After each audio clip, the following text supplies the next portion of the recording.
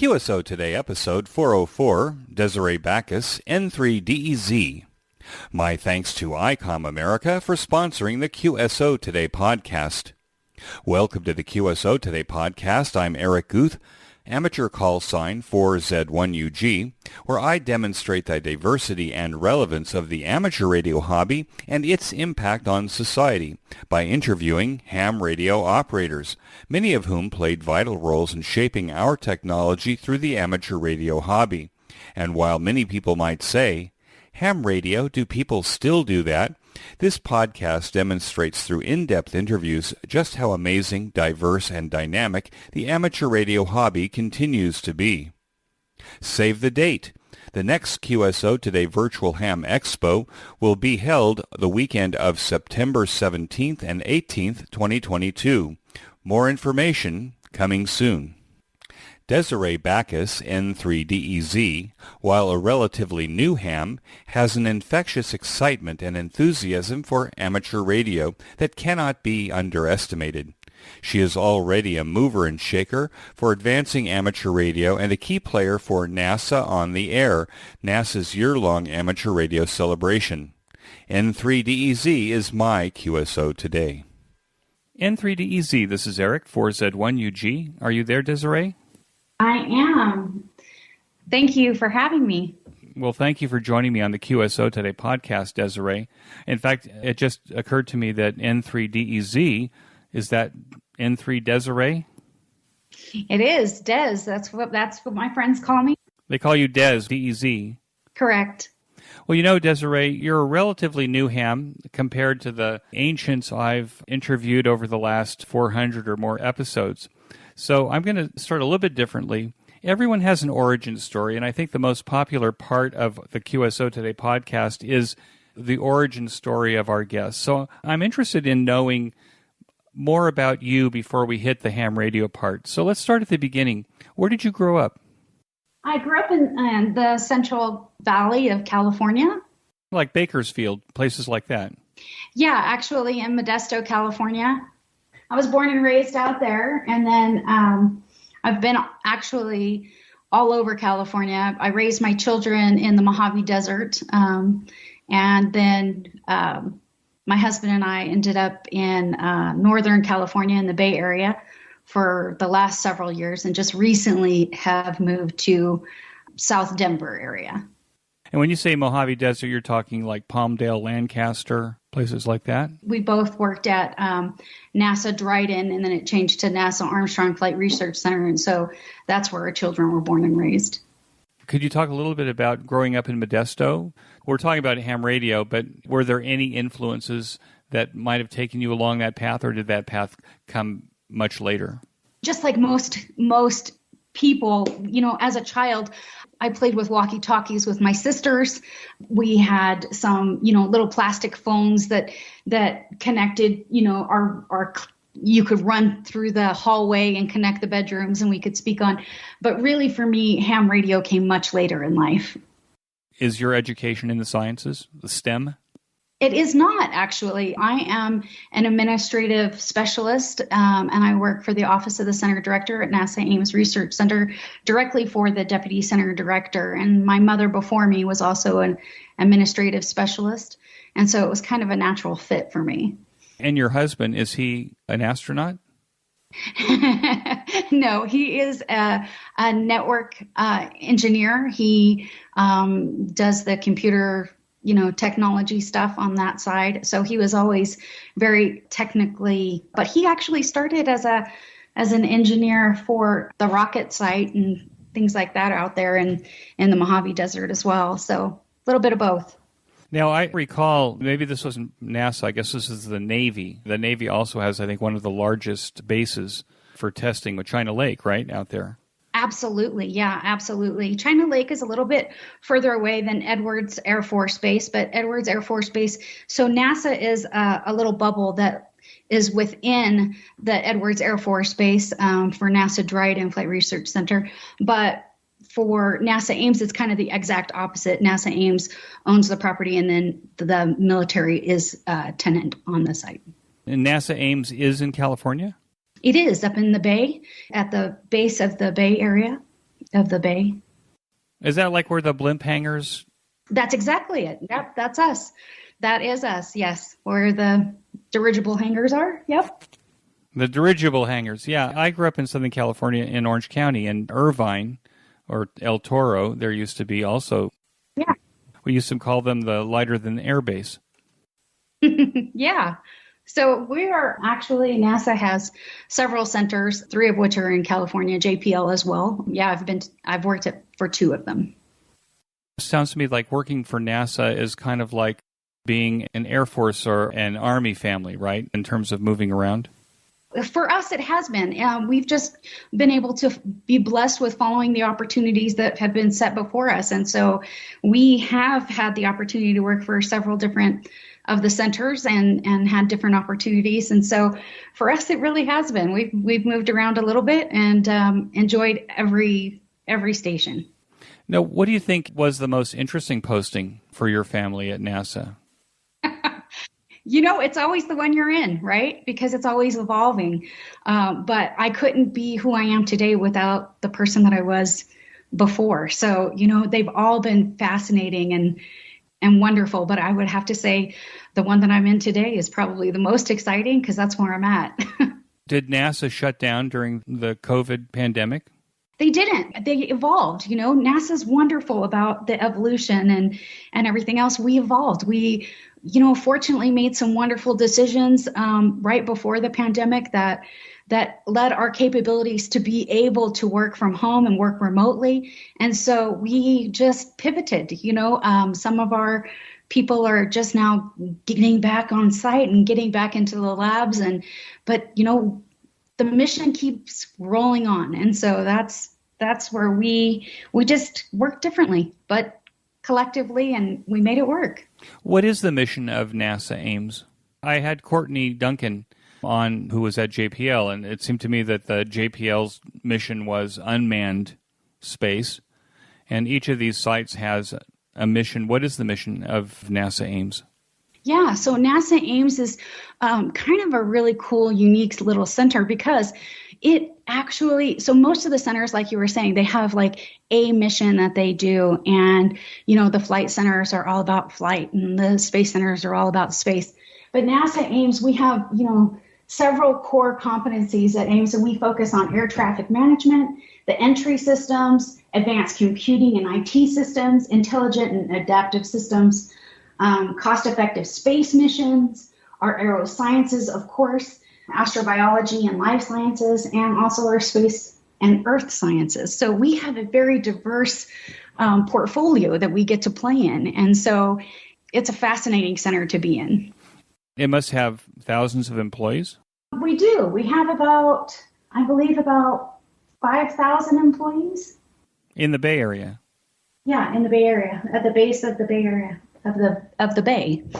They're in Silicon Valley. So we're the NASA Center in Silicon Valley.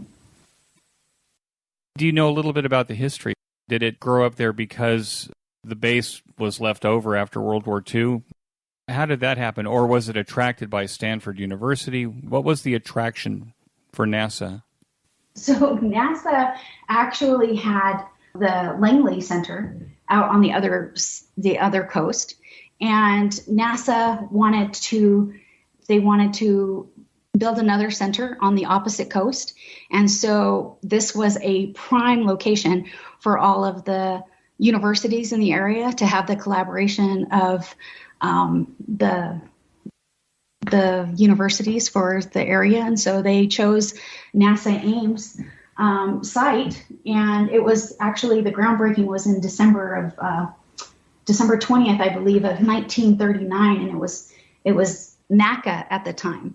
And so we still have some old NACA buildings and the labeling around it. And so it's just fascinating, the historical legacy that NASA Ames is today. And you mentioned that you have a family and your children are grown? We are, yeah. Our boys are all grown and flown. They're, younger. They're 19, 21, and 27, respectively. And so the 2 younger ones live in the Portland, or actually Salem, Oregon area, and my younger son just recently moved to the Denver area to be closer to us, but he had been living in San Diego at the time, working for the Marine Corps as a contractor out there. So he's following his family or his parents into the services? Yeah, absolutely. And he was in the Marine Corps for several years and then got out and now is looking for something similar out here. There's plenty of military bases. So. And did your other sons also follow the same path? They didn't, actually. They are just working. They are working out there, but not in the military space at all. What is the origin story of your ham radio entrance? How did you find your way into ham radio? My husband and I, we had 3 boys, and we were transferred from the NASA Armstrong Center to the NASA Ames Center here in Silicon Valley. And we were going to be driving a considerable commute to and from the center. And so with the possibility of earthquakes in the region, I wanted to be prepared for the what if scenario, right? I wasn't sure that my 2 younger ones would know what to do if something had occurred. And so I enrolled in our community emergency response team training for Morgan Hill and the Gilroy area just to learn about our local resources. And the training was so excellent that I took the class again, and I'm both times, 2 more times with each of my children, and so that they would be prepared. But during that training, they had a 1-day training event for amateur radio. And each time that I took it, I was just mesmerized and hooked by it. And I knew that I wanted to get into amateur radio at that time. So let's talk a little bit about the Cert training, because I think that we hear about it. I hear about that it seems to be an entrance for many people to come into ham radio. But ultimately, they maybe take the 1 or 2 day or weekend license classes, they pass their license, and then they never get on the air. What is Cert training, and what background does it provide you as an entryway into ham radio? For me, so Cert training was learning, one, what your resources are in your local area where they are, what to do in the event, and how to help your community if something should occur, if a natural disaster should occur. And so in the training, you get to learn how to dress wounds, how to search a house, how to, do certain things. But in that, like I said, 1 day of that training was for amateur radio. And so they were teaching us how to properly communicate what we find during these kind of sweeps that we would do in our communities in order to relay that back to the emergency personnel. And so part of that training was, what frequency to get on, who to talk to understand that during an emergency, anybody can pick up an amateur radio and communicate, information, that this is the location of where you would want to go, that kind of thing, and that there should be zone leaders. And so there was really a structure involved with it. And so also during that, we were fortunate enough in my Cert group to have people there that were teaching the amateur radio portion of it that were part of the amateur radio clubs. So it was kind of a segue that if you were interested in it, here's a way to get into it, here's a way to learn, here's the way to get your education and things like that. And so there was, fortunately for us, we had taken it right around field day. And so when they had invited me to field day because I was so interested in it, it just opened up a whole nother world for me. In terms of Cert training, does Cert assume that the communications would be provided by amateur radio operators, or does the Morgan Hill, Gilroy emergency services, do they have their own radios that they also supply? I mean, are they expecting to draw from the amateur radio community for their communications? We actually in the area have a very strong network of amateur radio operators that do assist the professional responders in the area. And so they have a lot of community events where the amateur radio clubs from the Cert groups do the communications for, like, the parades and the local community parades. They have a garlic festival that's pretty popular out there that they do the communications for it as well. And so it's very active, and it's a very strong partnership between the Cert groups, the ham radio groups and the law enforcement officers out there. So it's a wonderful collaboration. And now this message from ICOM America. Field Day is coming on June 26th and 27th, and since it is ham radio's most popular event, you can be a Field Day leader with ICOM. Connect with nature, connect with friends.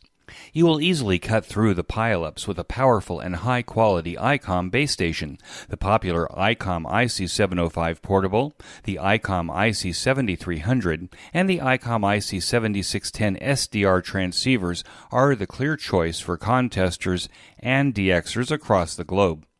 The ICOM IC705 is the perfect transceiver for hams who enjoy both the indoors and the great outdoors on Field Day. It is the perfect contesting companion because this base station provides features and functionality at the tip of your fingers in a portable package covering HF 6 meters, 2 meters, and 70 centimeters, and it weighs in at just under 2 pounds. Features include a 4.3-inch touchscreen with live band scope and waterfall display, 5 watts with the BP272 battery pack, and 10 watts with a 13.8-volt DC power source.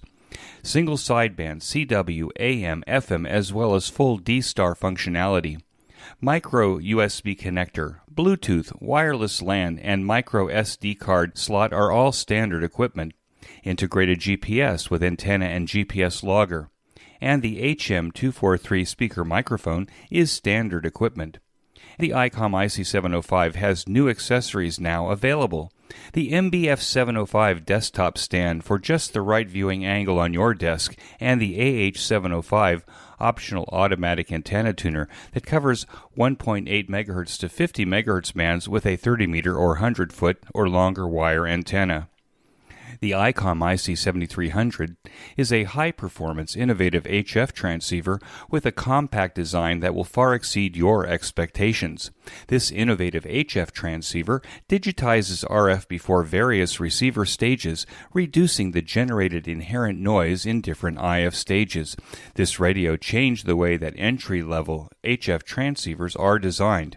Features include RF direct sampling, 15 discrete bandpass filters, a large 4.3-inch color touchscreen display, real-time spectrum scope, and an SD memory card slot. I have the ICOM IC7300, and it is by far the best HF transceiver that I have ever owned.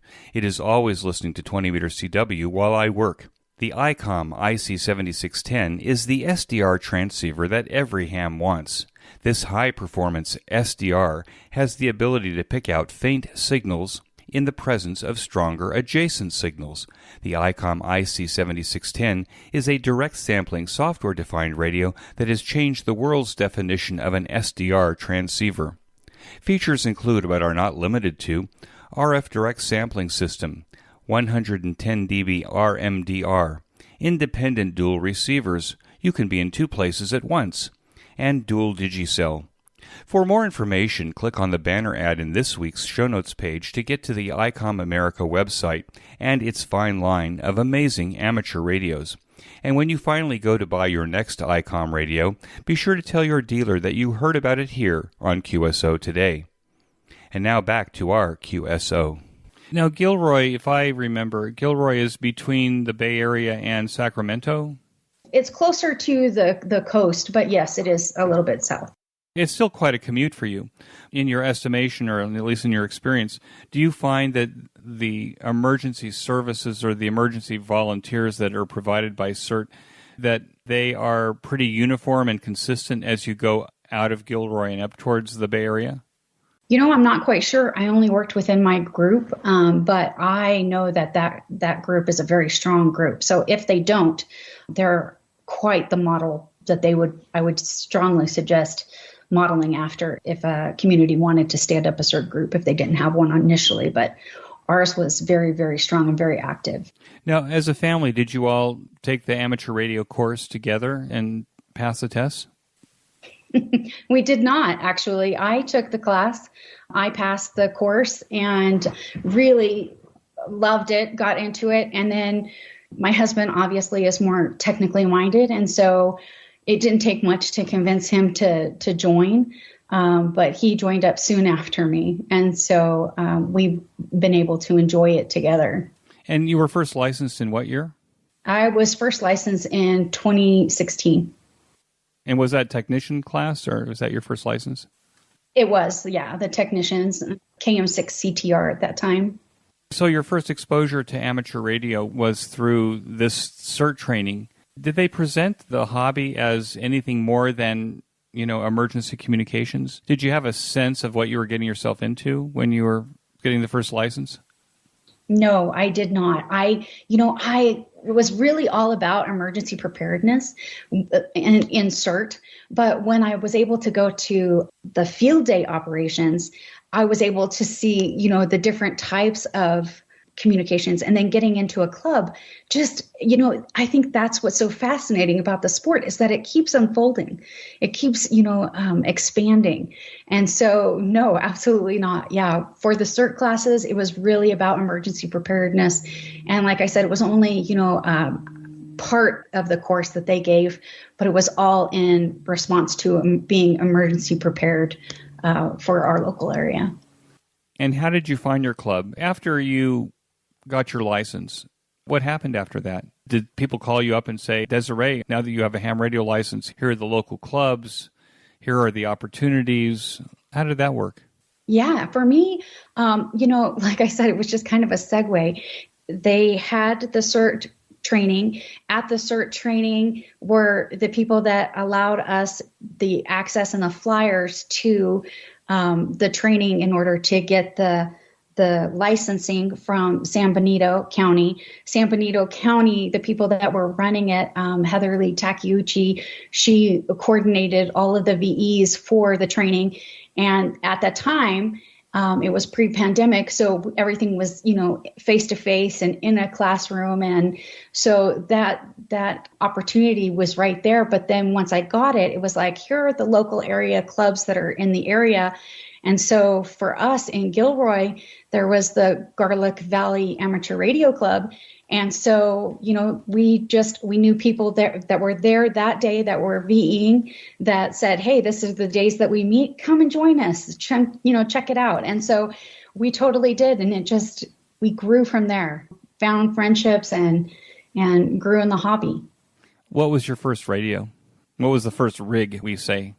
At first, I just started on the handhelds, and my favorite still today is my little Yaesu VX3. I got a little mini magnetic VHF, UHF car antenna and used to attach it to the rain gutter of our house, and I'd sit on the front porch and do our little net check-ins. I just had so much fun with it that I wanted a real base station and an antenna at our house so we could actually run the nets.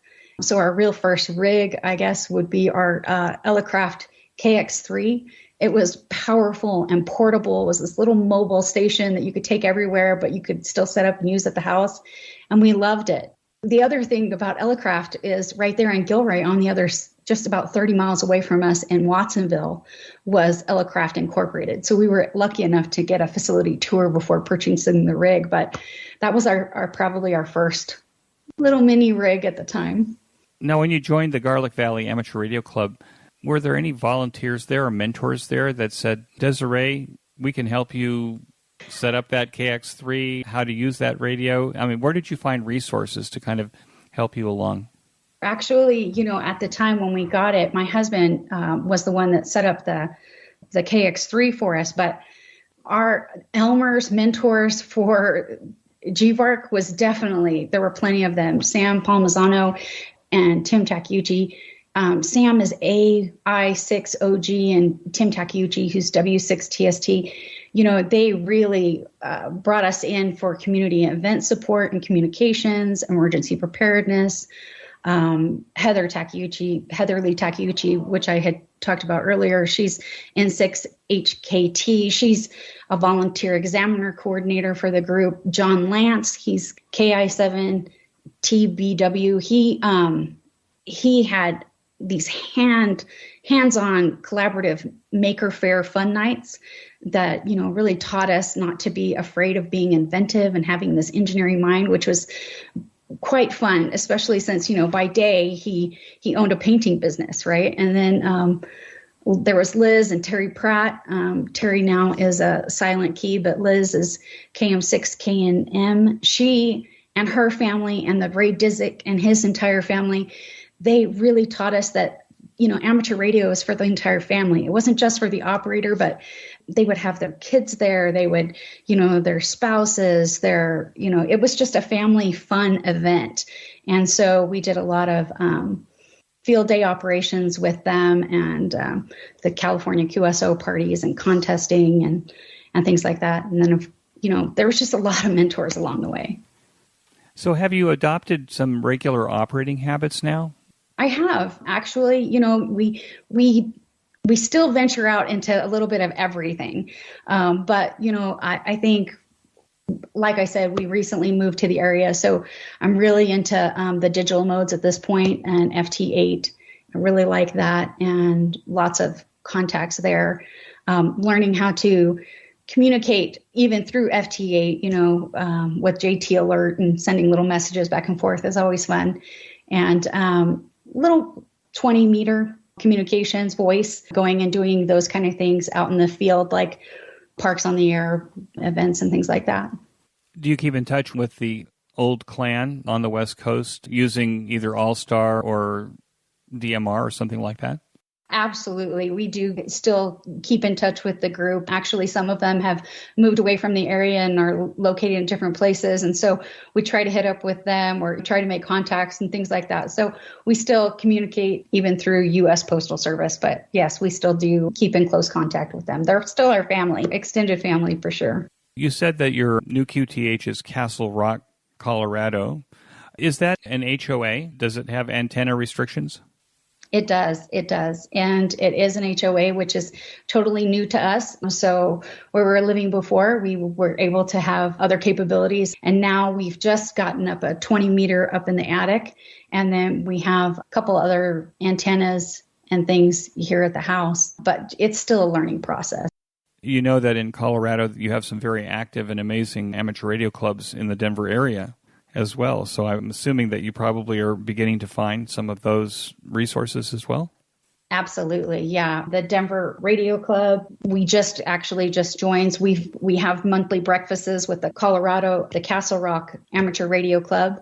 And so it's been just slowly meeting people and getting to know everybody. We were able to go to the field day event, which was quite fantastic out here. So there's quite some active amateur radio operators out in the area. So we're looking forward to making this our new home and finding our new amateur radio family.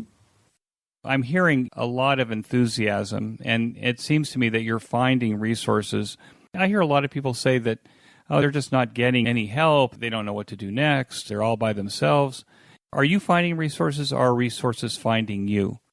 No, actually, we are very much out there looking. So we are the ones that are looking for the groups, looking and investigating and things like that. But it's well worth it. And once you find your group, your family, then it just opens up all sorts of opportunities. So we're just finding right now, we're looking and meeting and finding the next iteration of us. Yeah, that sounds good. Now, you said that you're still working for NASA. You're still working remotely for NASA. And one of the reasons that you got in touch with me is you wanted to promote NASA on the Air. And I'm afraid that this episode is going to come out probably after your event has passed, but I'm assuming that this NASA on the Air could end up becoming an annual event. Could you talk a little bit about what is that, or what was that, and what is your role in it? Sure. So NASA on the Air it's a collaborative cross-pollinating event that is actually a year-long event that has many kind of events within it, that with all of the camaraderie and competition between each of the centers, the NASA centers. And we promote a lot of the historical and current missions that NASA has or is currently achieving. And so to promote those. And what we do is we have each of the center and their respective amateur radio clubs get on the air. And usually it's over a window of opportunity. We do have a website, which is nasaontheair.wordpress.com.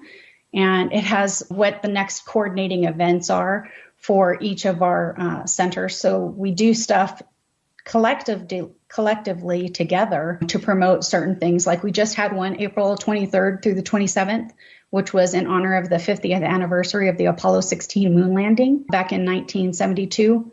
And then, of course, we're going to have one coming up for the Artemis launch. That window obviously has not been solidified yet until we find out exactly when that will be happening, but that will be happening this year. And then June 18th through the 24th, we're going to have another for STS-7 and in honor of Sally Ride, our first American woman in space, and to honor her 2022 quarter release on the American Women's Quarter Series that's coming out this year. We'll also, in December, right now, we have December 7th through the 19th in honor of the 50th anniversary of Apollo 17 moon landing in 1972.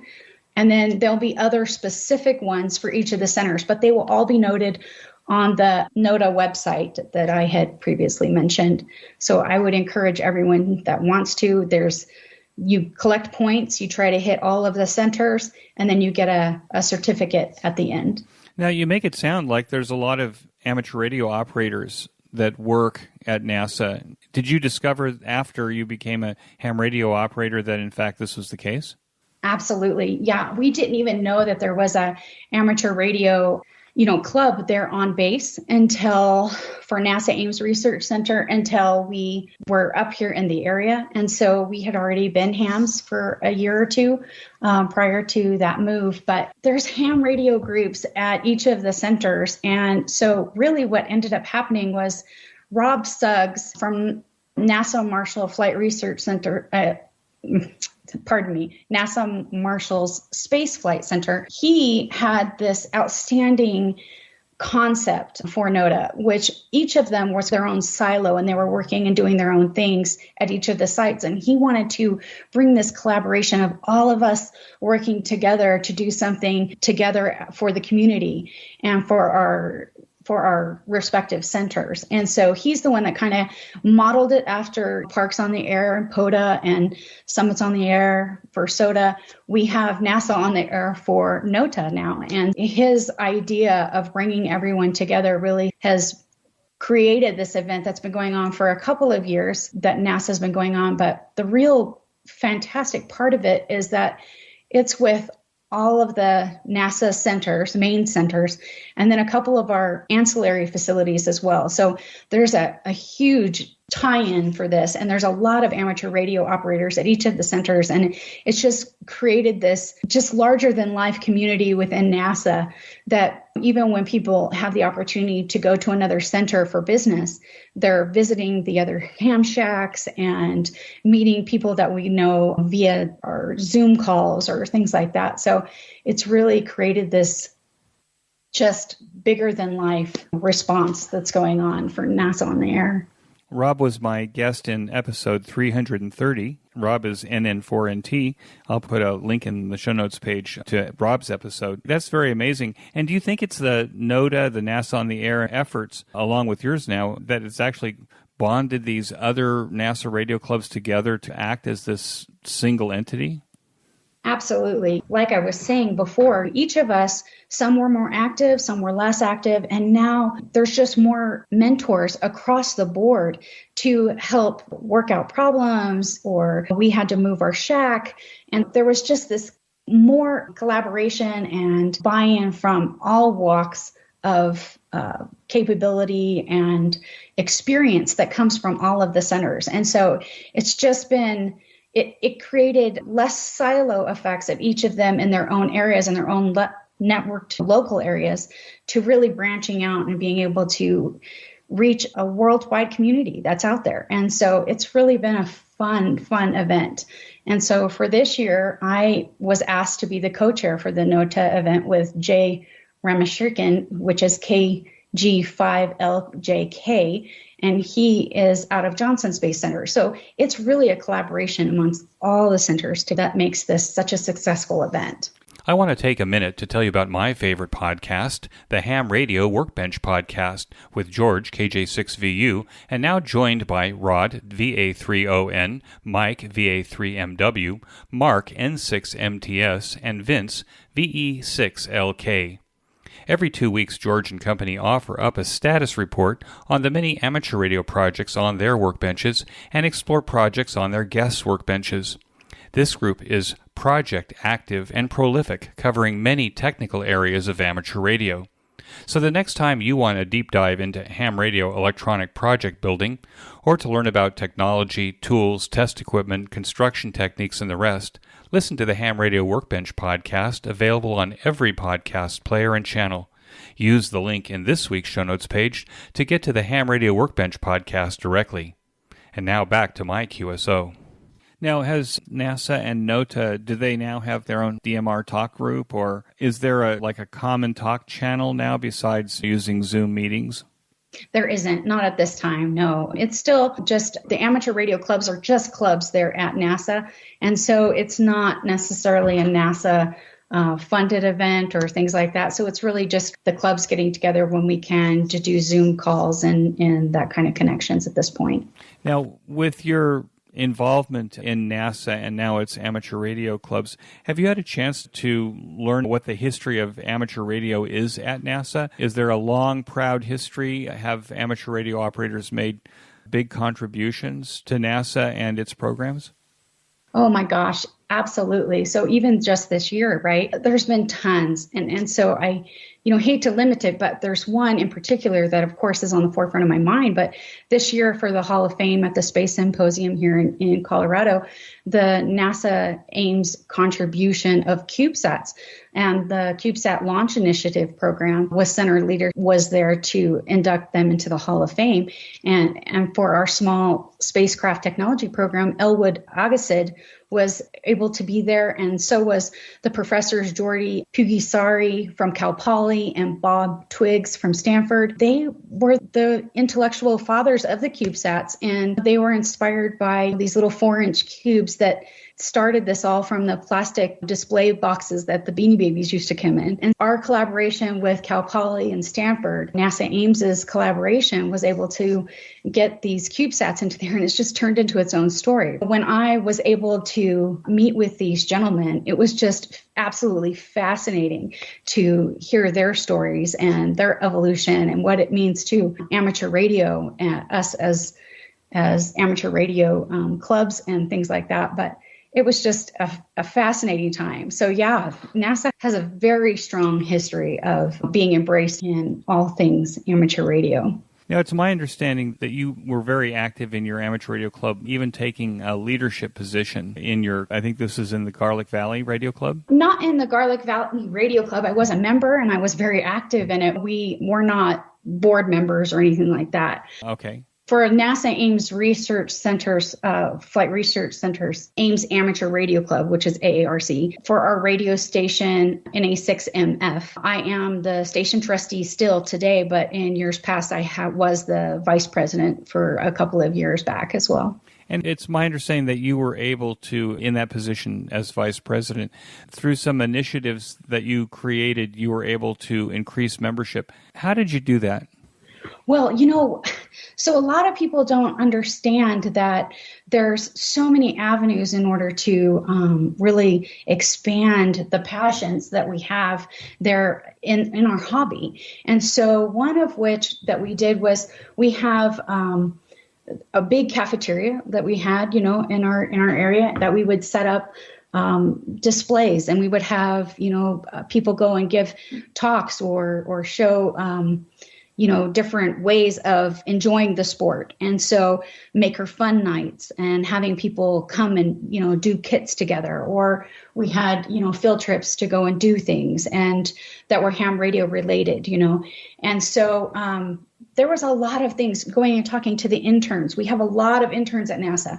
And so talking to the interns and explaining what we are and what we do and what we could do for them, right? What brings their passions and meeting people and networking and all this other stuff. It just brought a lot of people to the table that didn't necessarily know. There were people that were using this technologies that were building our CubeSats, that were working on those things, that were going to be getting into space. And now all of a sudden they could be an amateur radio through our club to learn how to get their licenses, to get on the air and to be able to track those devices that they've spent, years in the making and creating and being a part of on the other side. So there's plenty of ways to, share that passion and get people into it. It's just getting out there and not being afraid to put yourself out there in order to do that. So for the people that have worked at NASA for years and years and maybe didn't know anything about amateur radio and they were first being introduced to it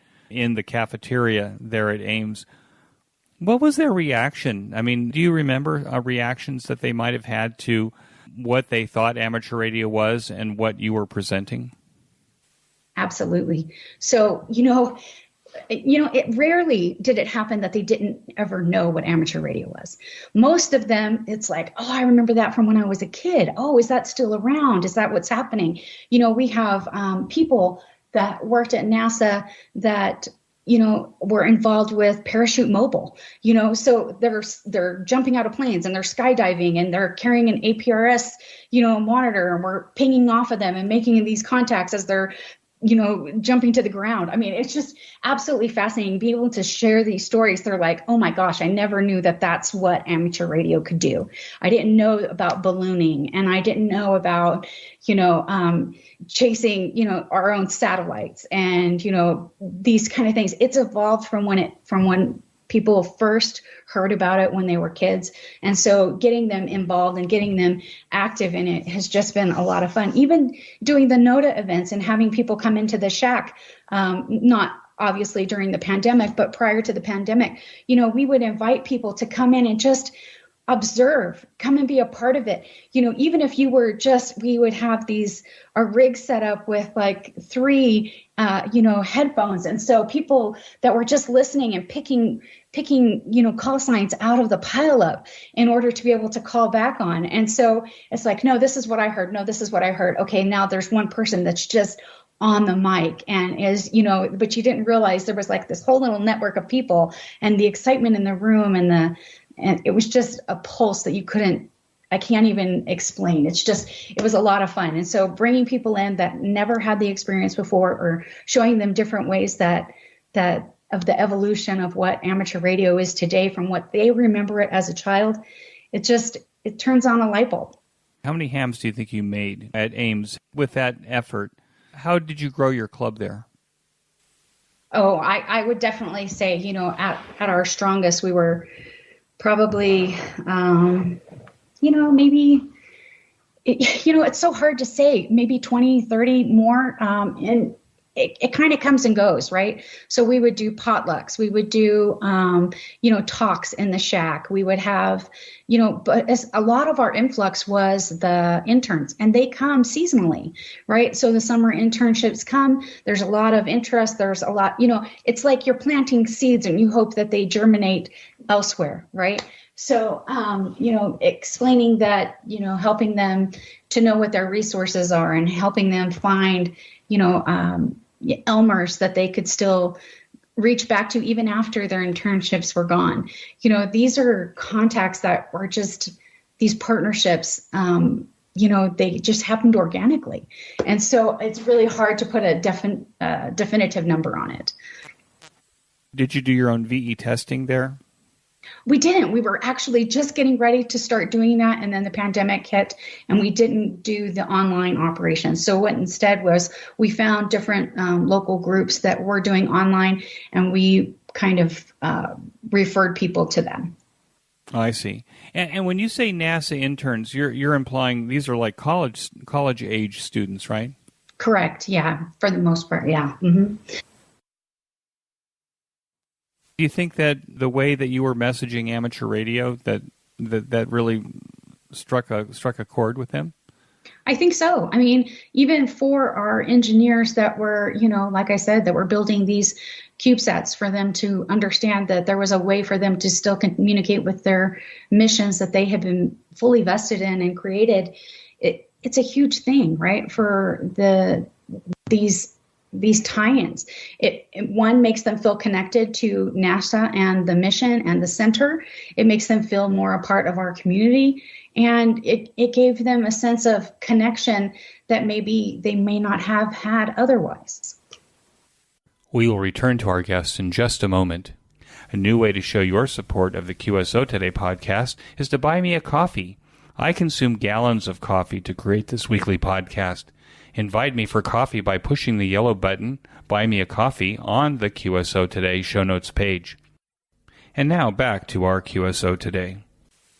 In episode 398 with John Fallows, VE6EY, John brought up that perhaps amateur radio as a name of a hobby is 100 years old, and that perhaps we're poorly named for what we really are. Have you thought about what we should call ourselves? If we were to rebrand amateur radio and rename it, how would you rebrand it and rename it? You know, I'm not quite sure about rebranding and renaming amateur radio. I think it encompasses a higher level of the evolution and the culture and the social behavior of the hobby of amateur radio, right? It encapsulates it all. The thing about amateur radio is it's such a splintering of specialized forms of diverse technology that we have in this space. So, you know, somebody that loves technology and they're a network engineer like my husband, right? A network communications person, they're going to feel more comfortable getting into the digital modes. Great, let them. You know, there's a place in amateur radio for everybody. You know, somebody that likes to, you know, is building our next generation, you know, CubeSats and things like that. Maybe they want to get in and be a maker and a builder and create, you know, antennas or do an antenna shootout. Great, let them. There's nothing, I think, really limiting to it. There's fox hunting that you can do. There's, you know, people that like to get out and do the parks on the air and the summits on the air because they like to go hiking or overlanding. There is something for everyone. I'm not sure what a great name would be to encompass all of it because there's so many wonderful. Is there some way that we could communicate better about our value that it seems to me that we're not doing very well? You know, I'm not quite sure. I mean, to be perfectly honest, I love the word amateur because for what it means to me, right? For what it means to me is I don't have to be a professional. I don't have to be a rocket scientist to get into amateur radio. I can be a secretary. I can be a flight line mechanic. I can be anybody and get into amateur radio. So you don't have to have all the knowledge. You don't have to know everything about everything. You don't even have to be in the tech field in order to embrace amateur, you know, radio. I think for me, I love the word amateur, but I understand that maybe there's a better word out there, but I wouldn't know what it is because I have such a warm affinity to knowing that it's inclusive. And it means me.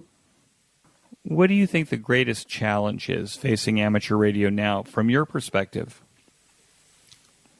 Yeah, for me, I think, you know, truly, I think it's losing our Elmers, our older historical founding mothers and fathers in the hobby.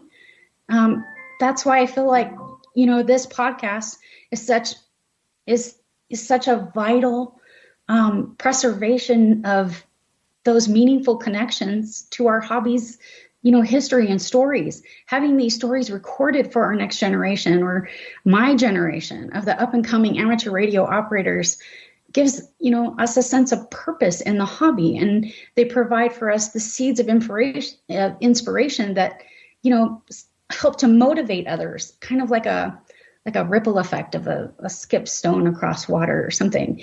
You know, you don't know which story is going to really resonate with somebody or just how that seed is going to take root. But for me, they're the mental stimulation that feeds the deeper, you know, my deeper personal identity of, you know, of who I am and where I want to be. The seeds that lead me down rabbit holes of information, of things that I yet want to know about or fully understand. Yet for somebody else, they might be, you know, a seed that fills a social benefit of their need or desire to feel more deeply connected to their community. You know, just preserving these legacies and these journeys is truly a blessing for the hobby. And I think losing our Elmers, and it's just, I think that's the biggest thing that we have right now that is kind of, you know, our biggest challenge that we're facing. I think collecting these things and collectively moving forward, it's powerful. And I sincerely thank you, Eric, for everything that you're doing and this amazing work that you're recording. Let me ask you, do you have a project goal, amateur radio goal that you're working on now towards the end of the year?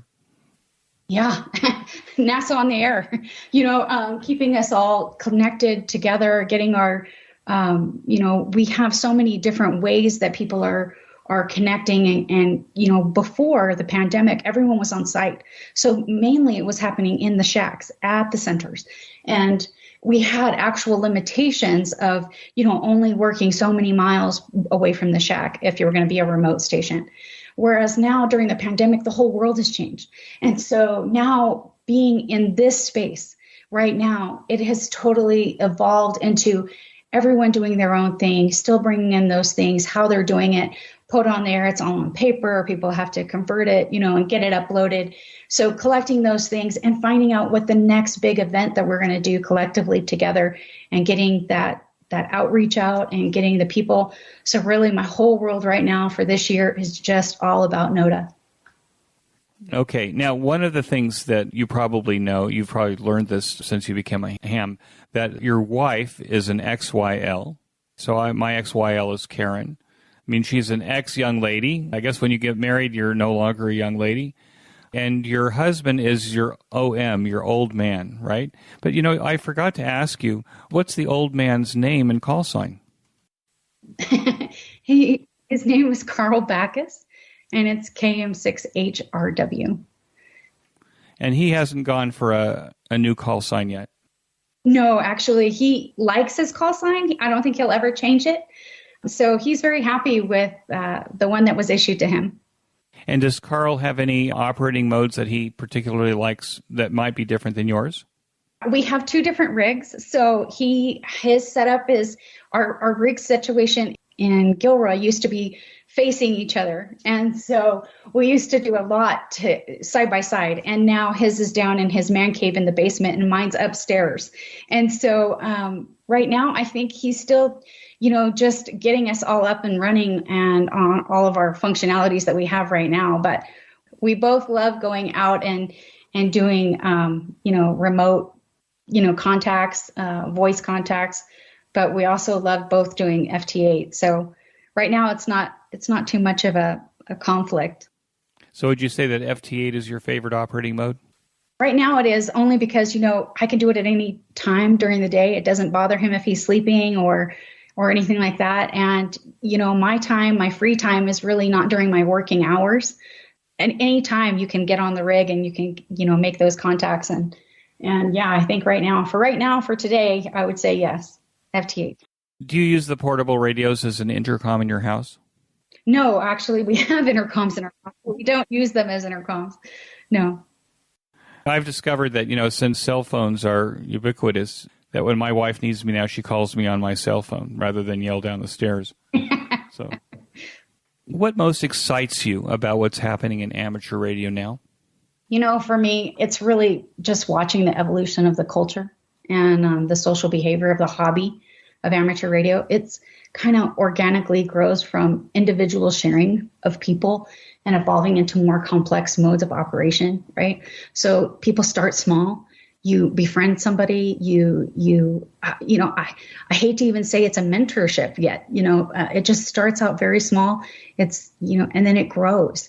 And the splintering out of these specialized forms of, diverse technology that just keep growing, right? What was there yesterday and the day before, it just keeps evolving. And I think that's so much part of it. But it's also the inclusion. The hobby, it's just so inclusive. It has tons of, different modes, different types of people, different races, colors, creeds, abilities, all of that. It's just a wonderful petri dish of possibility. And I think that's what excites me most about amateur radio right now. Well, I have to say, Desiree, you are an evangelist for ham radio. I mean, you're bringing up a lot of things, which I think I probably have felt through the years, but I don't think I have ever articulated, and you articulate it so well. So I'm going to ask you one last question before we go, and that is, what advice would you give to new or returning hams to the hobby? Keep in mind that for you, returning hams might be people that dropped out of the hobby to raise their kids for 20 years and then came back, and everything has changed. What advice would you give them? Oh my gosh. I have so much advice, but if I could boil it down, it would be join a club, be a regular contributor, just get in the mix, get your hands dirty. It's everyone has something to offer. Even if you don't think that you do, you really have something to offer, and somebody out there needs what you have to offer. So get out there. There's a place in amateur radio for absolutely everybody, but find your passion. You don't have to be stuck in one thing. If you've been doing something for a long time and it's, just getting ho-hum, go to another thing. There's so many different ways to branch out. You don't have to be stuck in any way. Don't be afraid to try chasing amateur, satellites with AMSAT, or trying to do a moon bounce, or, hit meteor scour contacts or something like that. I mean, find a way to participate in a fox hunt near you. If you can't find one, create one, started, that kind of thing. Go to the ham field days, just connecting with other hams. I think that passion is going to be reignited, right? You're going to get excited again. So especially for people that have done it in the past, it's wonderful. For people that are coming out now, geez, just try it once, get out there. It's a whole different community. It's just fun to get out to the conventions and just hang out with people. Get out in the parks on the air, summits on the air, and try overlanding, or while you're camping or something like that. I am looking forward to someday trying radio astronomy. I mean, I think that's fascinating.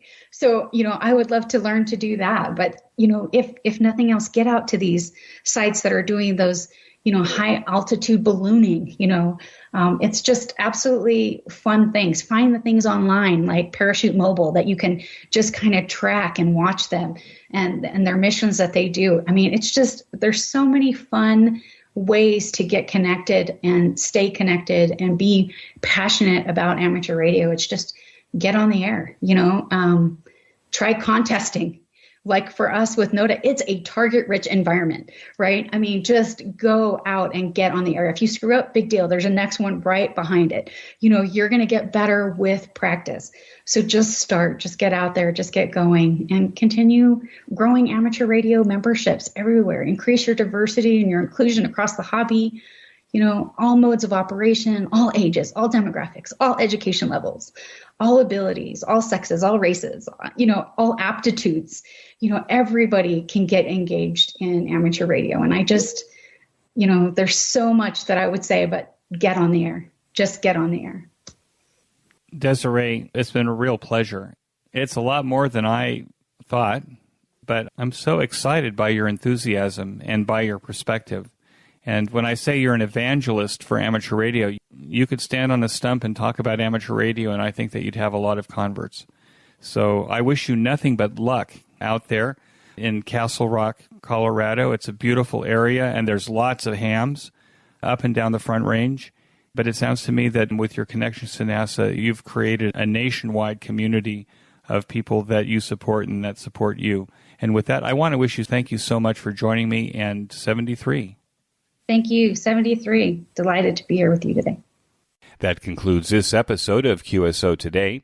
I hope that you enjoyed this QSO with Desiree. Please be sure to check out the show notes that include links and information about the topics that we discussed. Go to www.qsotoday.com and put in N3DEZ in the search box at the top of the page. Be sure to click on the Expo menu item at the top of the page for updates of the upcoming QSO Today Virtual Ham Expo. I'm updating it as I have more information. My thanks to ICOM America for their continuing support of the QSO Today podcast. Please show your support of ICOM America by clicking on their link in the show notes pages. You may notice that some of the episodes are transcribed into written text. If you'd like to sponsor this episode or any of the episodes into written text, please contact me. Support the QSO Today podcast by first joining the QSO Today email list by pressing the subscribe buttons on the show notes pages. I will not spam you or share your email address with anyone. Become a listener sponsor, monthly or annually, by clicking on the sponsor buttons on the show notes page. Please note that your contributions are now listed on the show notes page under the ICOM banner. This list does not show Buy Me a Coffee contributions. I'm grateful for any way that you show appreciation and support. It will make a big difference as we now embark on getting to episode 500. QSO Today is now available on iHeartRadio, Spotify, YouTube, and in the iTunes Store, and now a host of podcast services and applications.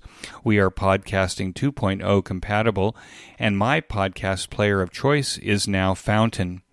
My thanks to Ben Bresky, who, as the consummate sound artist, makes this host and his guests always sound brilliant.